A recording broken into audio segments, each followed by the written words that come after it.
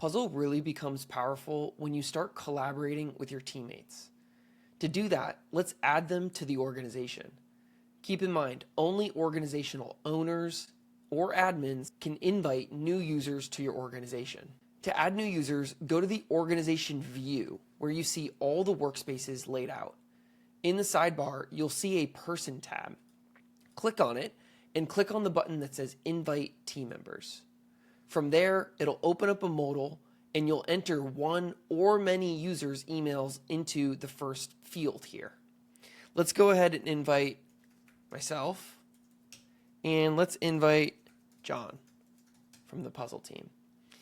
So you can invite multiple people at a time, and once you're ready, you can click Send Invites, and that will bring you to the second screen.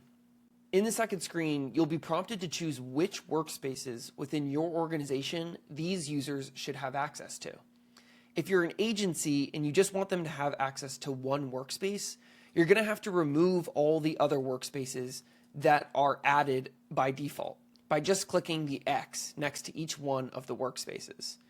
If you want to add additional workspaces back, you can go ahead and use this search button to add them back. Once you have the workspaces that these users should have access to, you click Send Invites and the users will receive an email.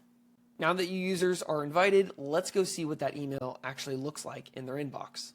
This is the email your team members will receive. The invited users click the green button to accept the invitation. If the user is already part of another organization in Puzzle, they'll be brought to this page right here to click Join Puzzle, and it will bring them directly to the organizational view. If the user is new to Puzzle, they'll be first prompted to create an account with their first name, last name, email, and desired password. Once they've accepted the invite, you can start editing. It's really that simple.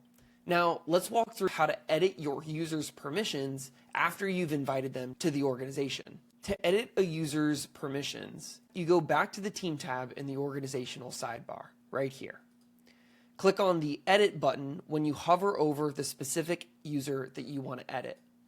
It'll open up a modal where you can change this user's permissions from editor to admin.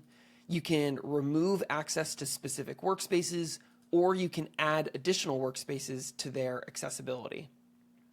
Once you're done, you can click the button Save. If you want to remove a user entirely, then you can use the button in the bottom right-hand corner that says Remove User. Once you're done, click Save, and that's how you invite new users and edit their permissions in your organization. So go ahead and get started adding your teammates today.